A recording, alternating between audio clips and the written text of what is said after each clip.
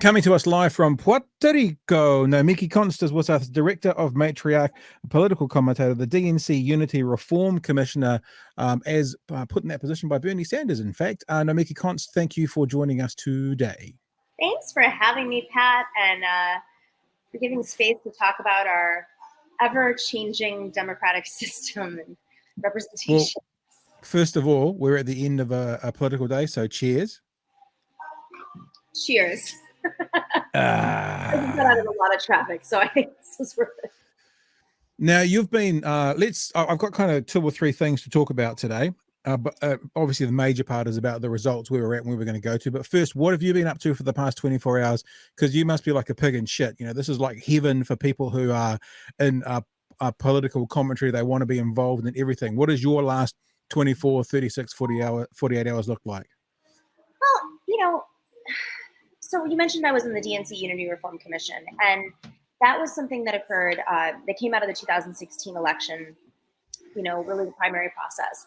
And the goal of the commission, there were 21 members, was to, yes, deal with superdelegates, yes, deal with the presidential primary process. But what I was on a committee for in particular was to deal with the Democratic Party's infrastructure and why they lost so many seats during the Obama years, 1,200 seats, state legislative seats. So, you know, I'm kind of looking at this from a little bit of a different perspective than I think people who are cheering like, oh, well, you know, we didn't have a bloodbath. And it's like, okay, well, I mean, I know historically that this was a midterm that Biden outperformed pretty much every president since they've been.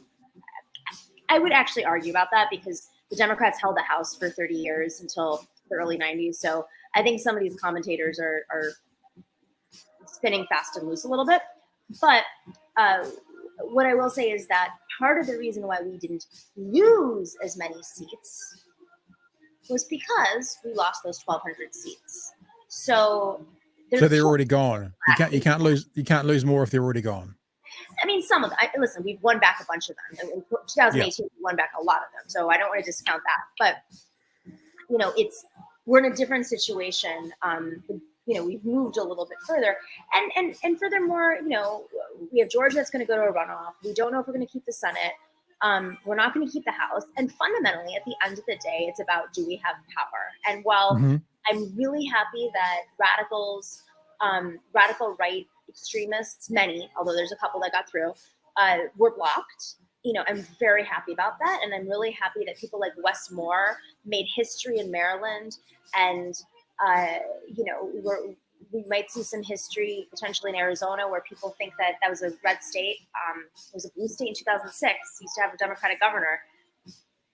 These are all good things, but there's also places on the map like Nevada where I think it was pretty much, you know, unanimous opinion that it was much more democratic. It was a union-heavy state than maybe other parts of the West that are a little bit more free-spirited, libertarian. Nevada had a strong union culture because of the casinos, because of the workers there, the service workers. And frankly, because of Harry Reid, because he was able to keep that operation in place for so long. So to see Nevada potentially go almost completely red is extremely concerning to me. Yeah. Because we just need to have power. And like, you can sugarcoat it, you can spin it however you want. I'm glad we're not as far right as some thought we were going to be. But if we don't hold all the power, we're in a situation in which, you know, we have a lot of work to do, and there's now an excuse for not getting some of that stuff you know, in time. But credit where credit is due. Listen, I don't think the DNC and the DCCC in particular put forth a strategy, and the DSCC, the Senate, the state committees, put forth a strategy that we called for on the commission. With that being said, credit should be given to the Biden administration, because I do think that Joe Biden, maybe even just as a figurehead in this moment of insanity, people voted. You see this in multiple races where some people didn't vote for the more, in their opinions, maybe radical candidate, and they voted for, you know, or they voted against a radical right candidate. Yeah. But, you know, Republican on the down ballot. So, and in the exit polls, a lot of Biden is polling much higher than pretty much everybody else. So Look, I think one of the points you've made, which I don't see other people making, I mean, I've been looking at a lot of YouTube commentators over the last 24 hours and lots of things like, no red wave, an embarrassment to the GOP, all this sort of, and I'm like, hang on, but so no red wave, if they win by 1 seat, then they have power.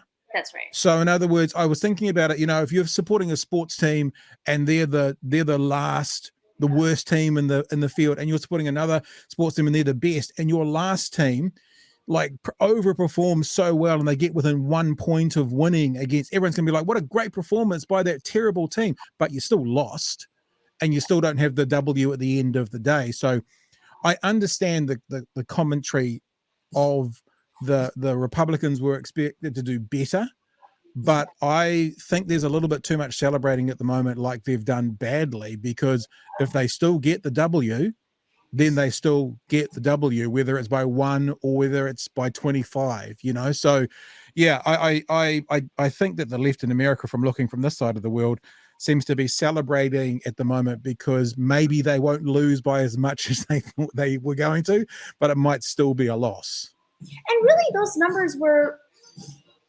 all over the place in terms of, we're taking polls, we're taking, some of these polls just a few days ago were outrageous. The fact that they put Kathy Hochul up next to Lee Zeldin, and there were some folks who I knew on the ground working very closely with upstate in the more conservative areas of New York, saying, I don't think it's that close. It doesn't mean that there isn't a red wave in New York. Like, we lost some House seats. We lost Sean Patrick Maloney, who's the chair of the DCCC.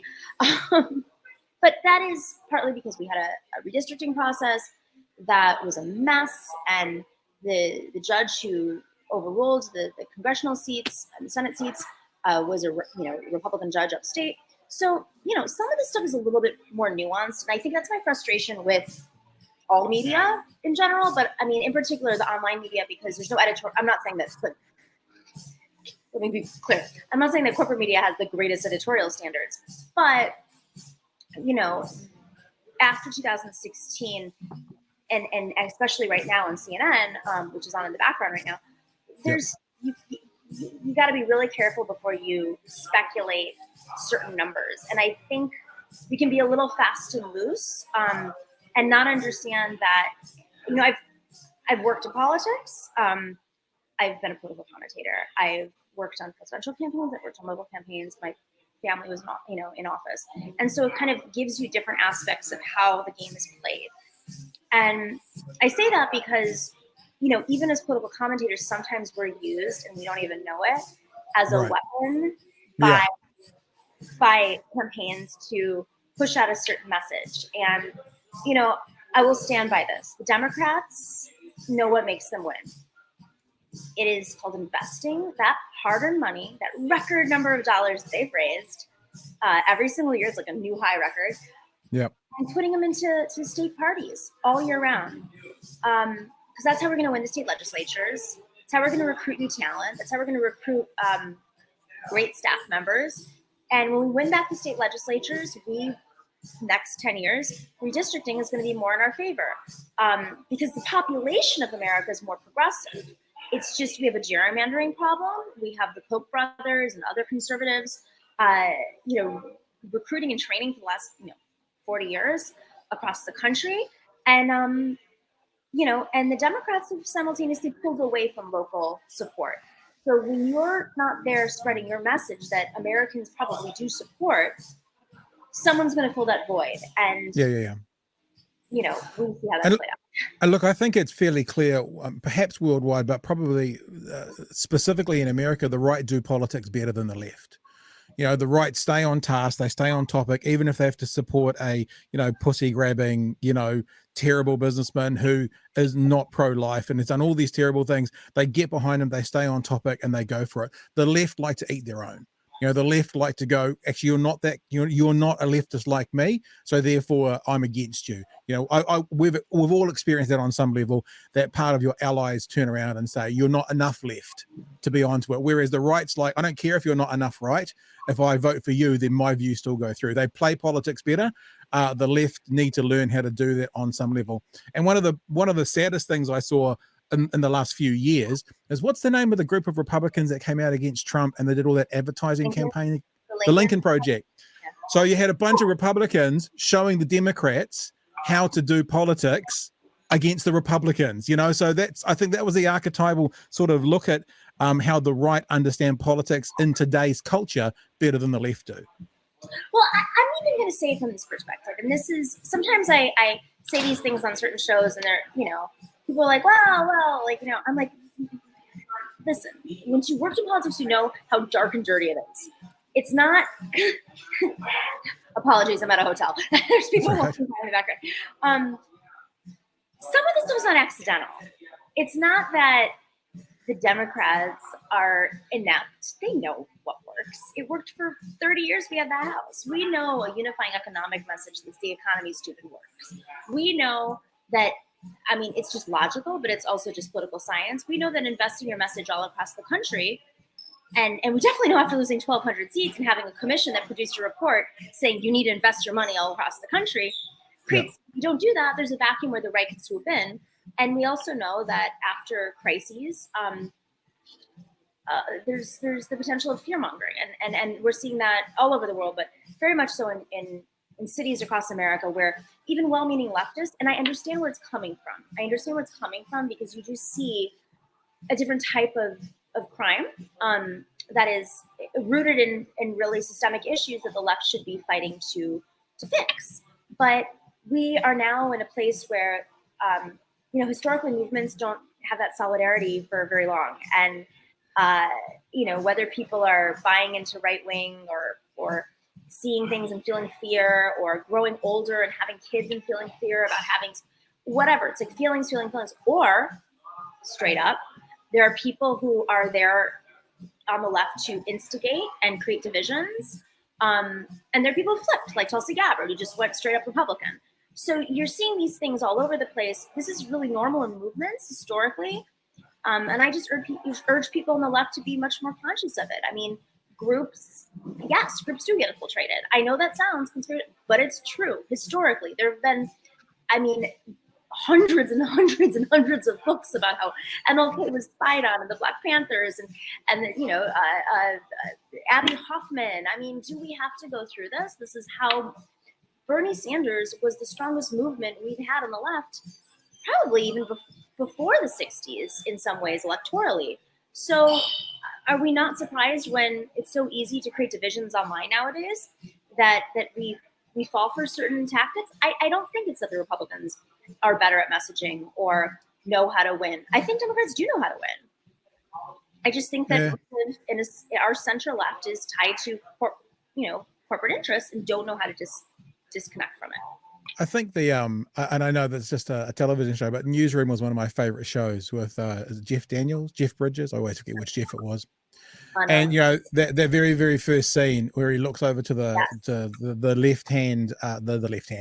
left leaning Democrat candidate, and he goes, you know, why do you guys lose so goddamn much? And it's like I can see it. I mean, I guess I'm being a little bit overly simplistic, but I do think about the idea of messaging being stronger from the right, and I do think about the voters being more adhered to a group on the right and more fractured on the left, and I think it's always been that way. But the infiltration thing is interesting as well, because we had it here in New Zealand very clearly in the 1980s. There was a politician called Richard Prebble who was part of our Labour Party, which is basically our Democrats, right? And he got into power and he got into the government and he became a minister of the Crown. So he was, he was at the big seat, and he started to bring in selling our publicly owned assets, which is not a left-wing policy. And that happened under a Labour government, a left-wing government. And then quite soon after that, Richard Prebble left that and he formed what is called the ACT Party, which is our far-right party. So he went from being involved in the left government. Behind him, there was a drive to do right-wing policies. And then when he left the Labour Party, he went and formed a far-right party that's still in Parliament today. So, yeah, I don't know whether that was infiltrated or a ideological change or a grift. I don't know, but you see it everywhere, these people floating.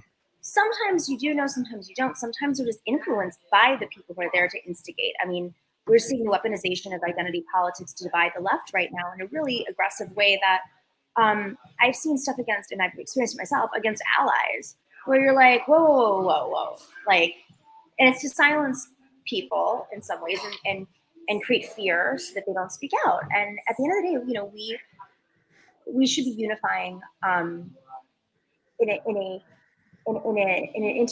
intersectional approach, intersectional identity with economic policy approach. And we know that's what's worked. But, you know, Twitter has, and YouTube have created this space where really bad ideas are spreading and are being rewarded through incentives of clicks and retweets and monetization and being popular. And there's you know, I've been all different sides. I've been the popular person. I've been the smeared person. I can tell you a lot of it is not real.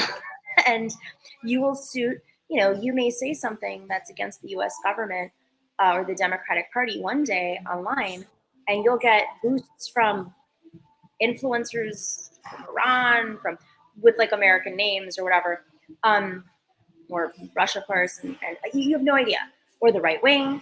And then one day you say something like saying, you know, good on Joe Biden for canceling, you know, this number of dollars in student debt. And then suddenly they come after me, or like, same people are like, oh, wow. And that's not normal. That's not how humans operate unless you're Elon Musk.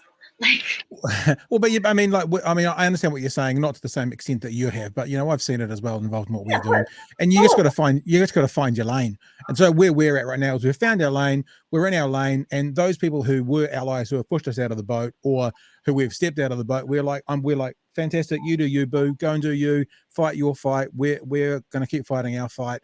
And, you know, at the end, we want the same goal overall. I think the whole unity question is nice on some level, but I also think it's probably unrealistic because of things like egos and perspectives and identitarian politics. And I'm not entirely sure. And I hear you talking about what's happening in Twitter and YouTube. I kind of think that's happening on the internet. This whole kind of monetization and you know, boosting of conflict. It's exactly what clickbait is. You know, so I see that as being broadly across the whole internet.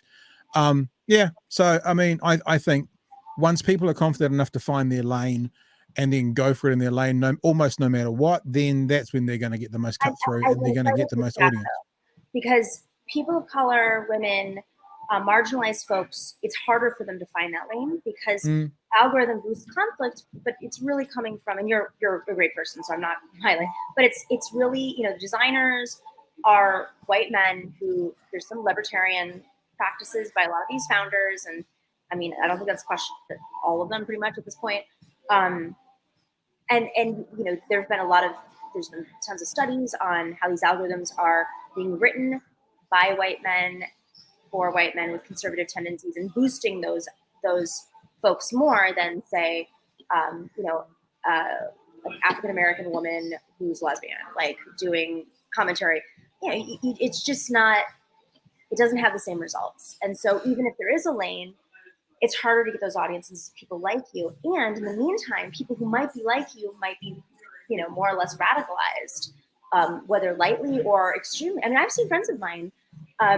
My concern, though, right now is like we can't have a debate. And I don't feel like the left is in a good place when you're lockstep.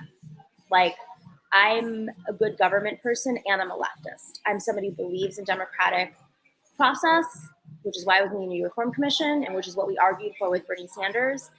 But I also believe in a debate of ideas. And, you know, I think that there are leftist organizations now that are like, just get rid of process and support candidates, and they'll like shame everybody else in those races, saying, you know, you have to support this person, and if you don't, you're the enemy. And like that also is an issue here, which I think is notable because in some parts of the country right now, the left narrative has been hijacked by some people who think that you should be talking about XYZ, like defund the police, when it has been proven. I mean, I believe in the concept of defund the police. Let me make that very clear. But the language has over and over and over been shown to not connect with individuals. But that's kind of what I was saying. The left don't do messaging well. I mean, last week on our nightly show, we did this exact thing. We talked about some issues here in New Zealand, how the current left-leaning government, although fairly corporate, there's 3 or 4 examples that are getting used by conspiracy theorists now to show how authoritarian they are. And it's because they've messaged things badly. And if they had to spend 5 minutes with someone about better messaging, the concept of what they put across, it's like defund the police. It doesn't mean literally defund the police. It means let's reallocate assets or resources into other areas of the police to have better outcomes when you're coming across someone who's having, say, a psychological breakdown or a mental health breakdown rather than a taser and a gun. But that's terrible messaging. That's terrible positioning. And that's in my opinion, that's a left-wing issue. They do the messaging very badly. And I wonder if part of it's because, and respectfully to my right-leaning friends, the right people are fairly simple. I mean, you hear Dave Chappelle and those people talking about the dusty whites in Ohio, they're a bit simpler and they like a simple message and they like build that wall. They like the 3 words, they like the simple message, but then that's quite hard to spin. Whereas if, for example, here in New Zealand, you hear the Prime Minister saying that free speech is a weapon of war to the UN, which is what she said, you're like, fuck me, that came out wrong. You might be trying to say we have to be aware of the words we're saying, what goes out there and how it's said, but to use those words and the way it was said, or to say at the start of COVID that they are the, quote, single source of truth, which is something else she said. What she was meaning is we're getting the best information at the moment because this is also new. Don't believe Uncle John on Facebook. Come to us. We've got the best. But the way she worded it just leaves this chasm for the right to come through, the conspiracy theories to come through, and they're wording things very badly. It's exactly what I was meaning 5 or 10 minutes ago. Well, I think this is such a great point because there's 2 aspects here, right? When I talk about the organizations on the left that are creating lockstep, it's pushing out the ability to say, and I think it's coming from some of these organizations that have other interests in, maybe neutralizing the left or in areas of the country where the left is going to win, right? But maybe you don't want someone who's like an independent leftist. So they find, listen, this is just, I've said it online, I don't care. Like at this point, like we have to be very thoughtful about lining up behind people that I always vet candidates. I always vet organizations. I always vet candidates. It could be the DNC, it could be the RNC, it could be the Koch brother Institute, it could be the Cato Institute, it could be, other organizations. I want to know who funds them. I want to know what their stances are, what their backgrounds are. Sure. Evolve. That's great. I love when people evolve, but you also have to show me how I've evolved. We've all evolved, especially if we're older. But I don't just fall in line for people without a process. And it doesn't mean that I also personally would support that person if that person got the nomination first. I mean, it depends obviously on the dynamics if you're up against a Republican or not. But the reason I say this is because there's this like, if you don't support this candidate, you're not part of the in club, and then you can no longer be part of it. And the messaging gets taken away, and you're in these conversations where you're talking, like you're hearing these conversations, like what? That's not leftist, or that's not smart strategy. So you've got that aspect. And then simultaneously you have the Republicans who've had a 45-year experiment where they've bought up all the media stations, local media stations. 15 years ago, newsrooms across the country, local newsrooms across the country went through a crisis. And then, the media is extremely conservative. And if they're not conservative, they're center-left corporate. So we can't get our message out. And then even when we try to, it's being sort of hijacked because we had this like sweet spot where the internet was like a little bit more free for us to come up with our own ideas. And then like that got lost.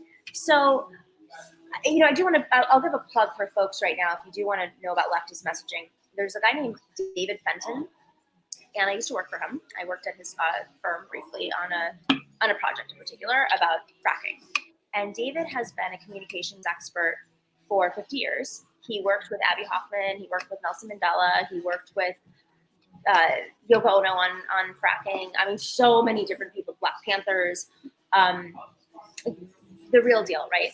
And he started a political messaging firm, a progressive messaging firm, probably in the early 80s. And he knows the psychology of messaging. There's some really great work on it. And he just came out with this book, came out maybe a week ago. And it talks about his life experiences and working with all these different organizations, and then also the strategies and what to look out for.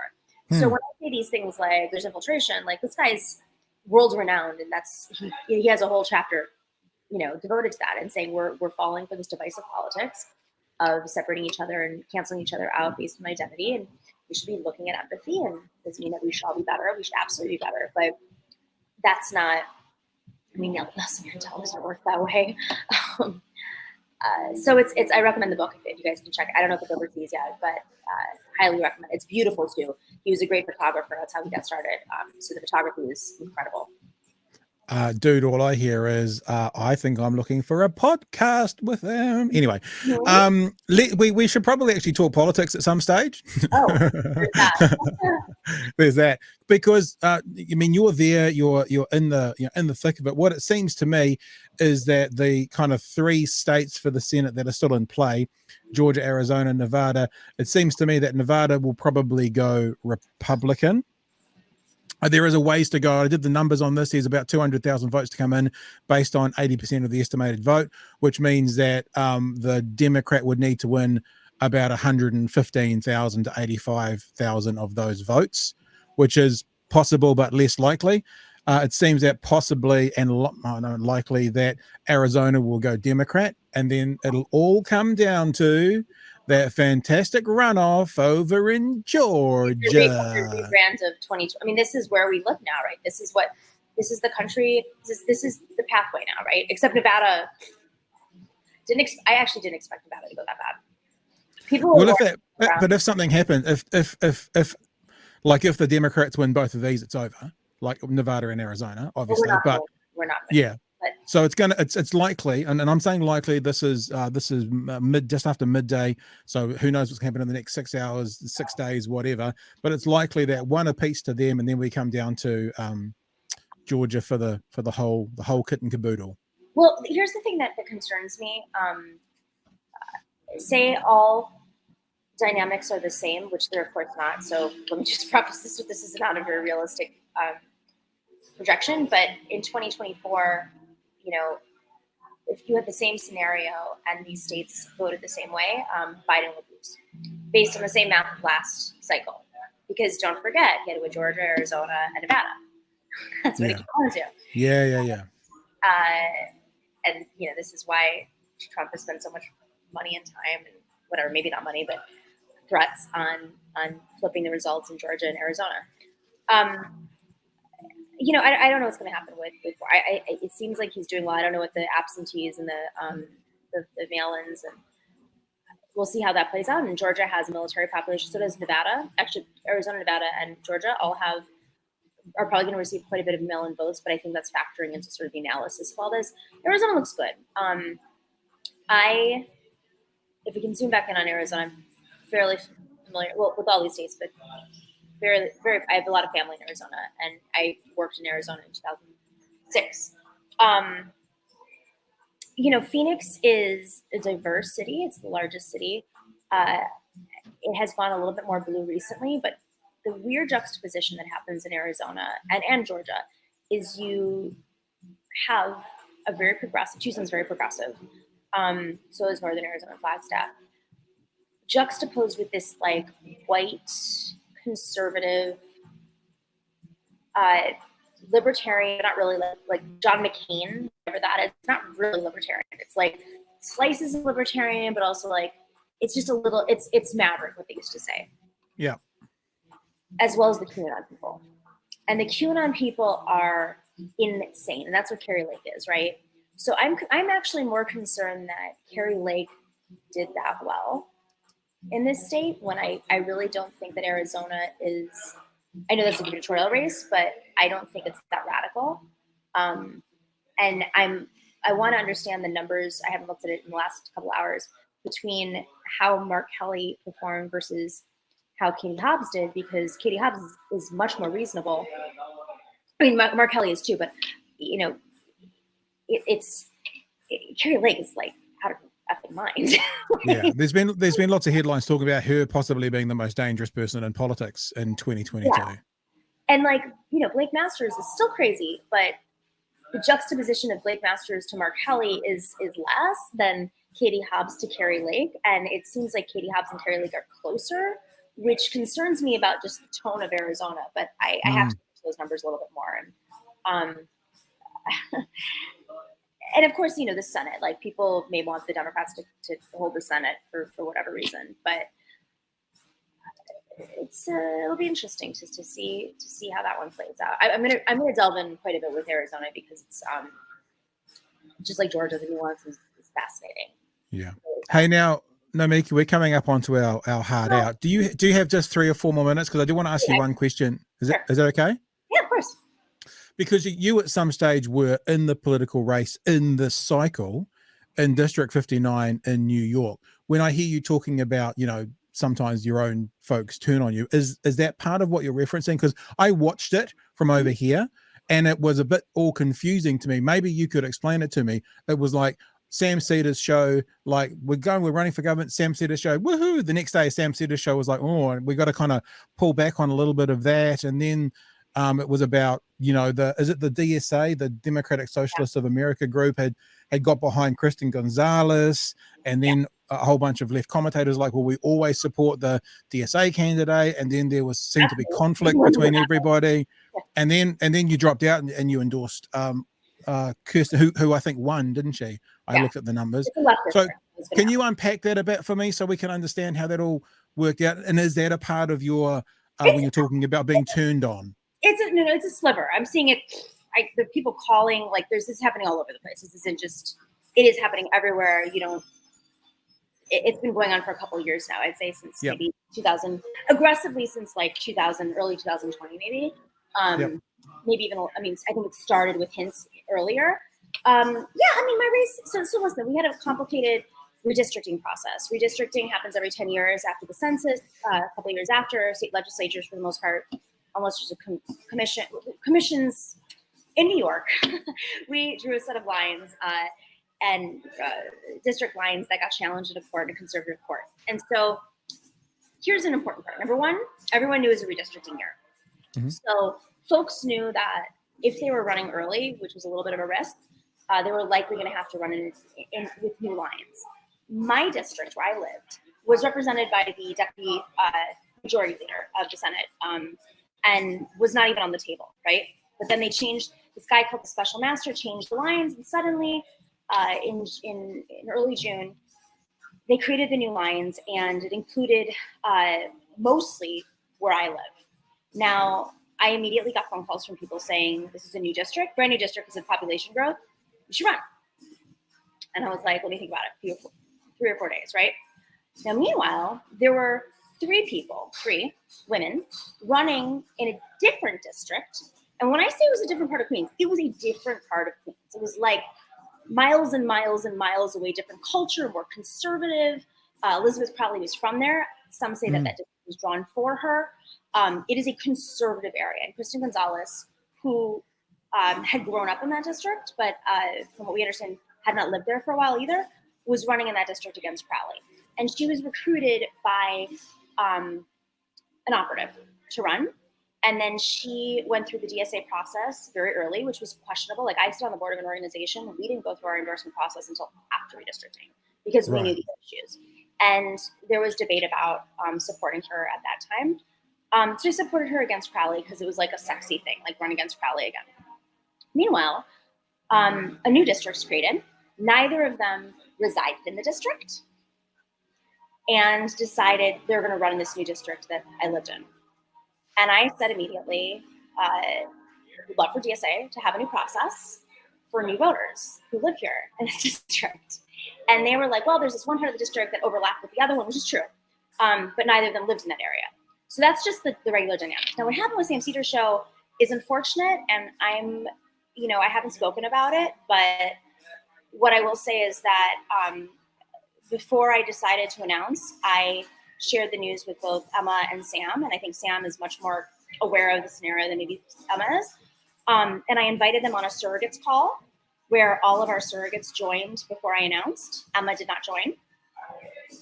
And then the next day, she announced she felt like she was bamboozled because she didn't know that AOC had endorsed Kristen in the previous district. I provided a whole rundown of events. We connected them with people. She refused to talk to me. And then suddenly, and Emma's never been a DSA member, by the way. And suddenly she teamed up with the Left Reckoning guys who were just like, we support DSA. Simultaneously, there's been some issues within DSA in terms of like organizations taking it over and consultants taking it over and pushing the agenda. Now, listen, I'm a leftist. I ended up supporting Kristen, but I do not feel she's representative of the democratic socialism I learned about. Right. I don't believe in rezonings. I don't believe in co-development. I believe in community support. I believe in democracy. And they went on a really aggressive smear campaign against me and supporters of mine and people who live there locally. And then they made things up about what I said. And, I came together and I talked to her and I asked her first to support some issues. So she earned my endorsement and we spent money. And the reason why I'm being a little bit more vocal now is because a couple of days ago, the guy who recruited her to run went after me and like said I didn't spend any money on helping her win. First off, I didn't have to. I didn't even have to endorse her. She, it was a left district. But also we did spend money, and I think it's really in bad taste to throw that at somebody. So I've had my conversations with Kristen. It's great. And I wish her luck and I hope she's the best senator she can be. But I urge DSA, something that an organization I've been a member of for many, many years. Unlike my opponents, all of them, to change their process, be more open and transparent. And like if a district changes, which they did in other parts of the city, maybe have a new process so that the residents of that district have a say, not outsiders, because that's what was happening. Outsiders were. So it got really toxic, but it gets noisy and it was hurtful because they erased a lot of the work I've done in the community. They made things up and said I like moved there from Tucson, Arizona 2 years ago. I was born in Tucson. I went to college in Tucson, but I grew up in Buffalo, New York. I've lived in New York for over 10 years. And prior to living in New York, I didn't live in Tucson. I was in college in Tucson. So it's just, they used a lot of, they lied about a lot of things. And, that's not representative left. Like I didn't lie about her. Don't lie about me. So when you got to because I was looking at, it's nothing to do with you, but looking at Alaska and kind of reveling in the Democratic Party member winning because there was two Republicans running and split the vote beautifully.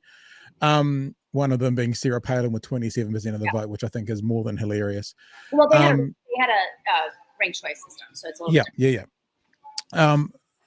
I don't know the time frame. Like I said, from thousands of miles away, you don't get the nuance. But did you, as soon as you found out that she was running with you, the DSA candidate, is that when you dropped out immediately, or did you run against her for a while? No, because there were people. Well, there was other stuff happening too. Like we were having conversations with people that were going to do dual endorsements of us, who felt that the process was not great.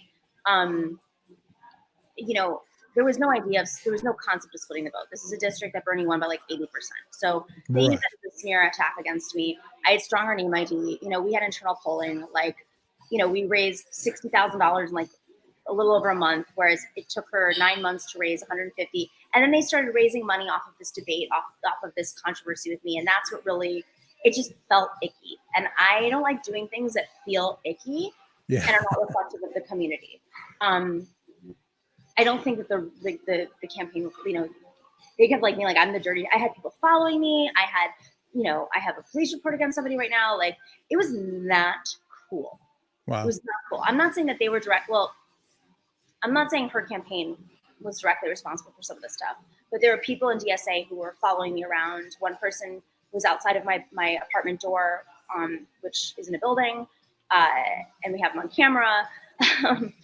We were followed to events. Some guy stormed an event and we had to call the police on him. And he was like telling people to come after me. A guy put a video putting a vex on me and like one of my staffers. It was insane. A vex. But this is politics today. So I'm not saying this because like I'm saying this because we have to be careful about these attacks against people because somebody can see it and take it the wrong way. And this is what I was trying to say to her and her campaign was like, we all live here together, right? I lived here for longer than all three of my representatives combined. And I'm not like one of the longest residents of the district. Like, that's a concern, right? A lot of people locally are concerned that like people are importing candidates knowing it's a left district and playing on that low turnout. Right. And I think we need to have like a real conversation about, is this who we really are or not? So there was no such thing as splitting the vote. I got out of the race. I put whatever resources I could into moving my voters over to her.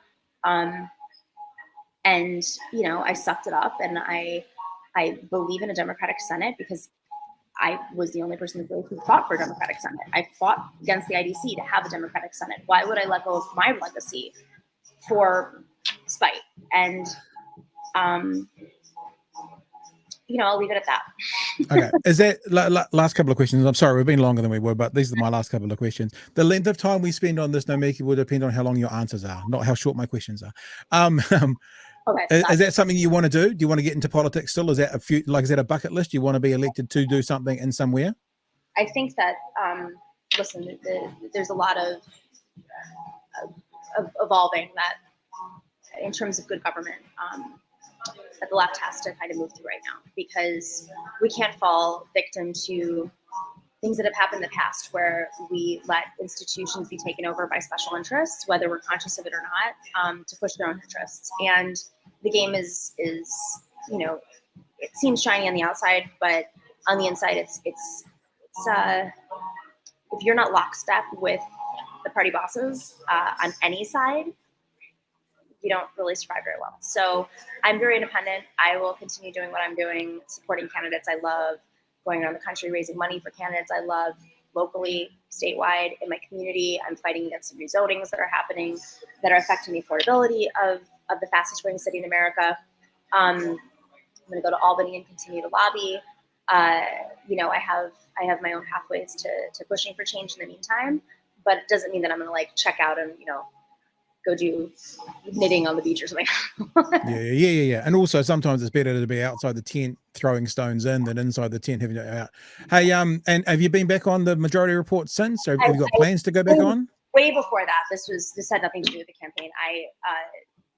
People know this, that I ended my show because it was too exhausting, frankly. So I love Sam. I support his work. I've always supported his work. I was a good friend of Michael Brooks, and I miss him deeply. You know, I think the show is going in a direction, and you know, I'm happy to have conversations with Sam, you know, one-on-one in a deeper way. But you know, I think that there's other avenues right now. Well, Nomiki, sorry for holding you for an extra 5 or 10 minutes there, but we very much appreciate you giving us some time today. And we look forward, I guess, to the results over the next few days. And I don't know, maybe we'll connect again in the first week of December when that Georgia runoff happens to see who gets control of the Senate after all. Oh my God, I'm looking at it right now. So the U.S. House, Democrats have 187 seats right now. Republicans have 206 in the House, and we're at 48, 49 in the Senate. So it might just come down to that. So happy to do that. Very good. Nomiki Konst, thanks for joining us today. Really appreciate your time. So thank you for really creating the space and you know, informing. You're really tapped into U.S. politics in a way that I think, you know, most people aren't. So I really appreciate that. You get into the details. I wish I knew about New Zealand politics more than. Well, we've got an election next year. Come and be a friend of the show, and we'll talk about that then. Happy to.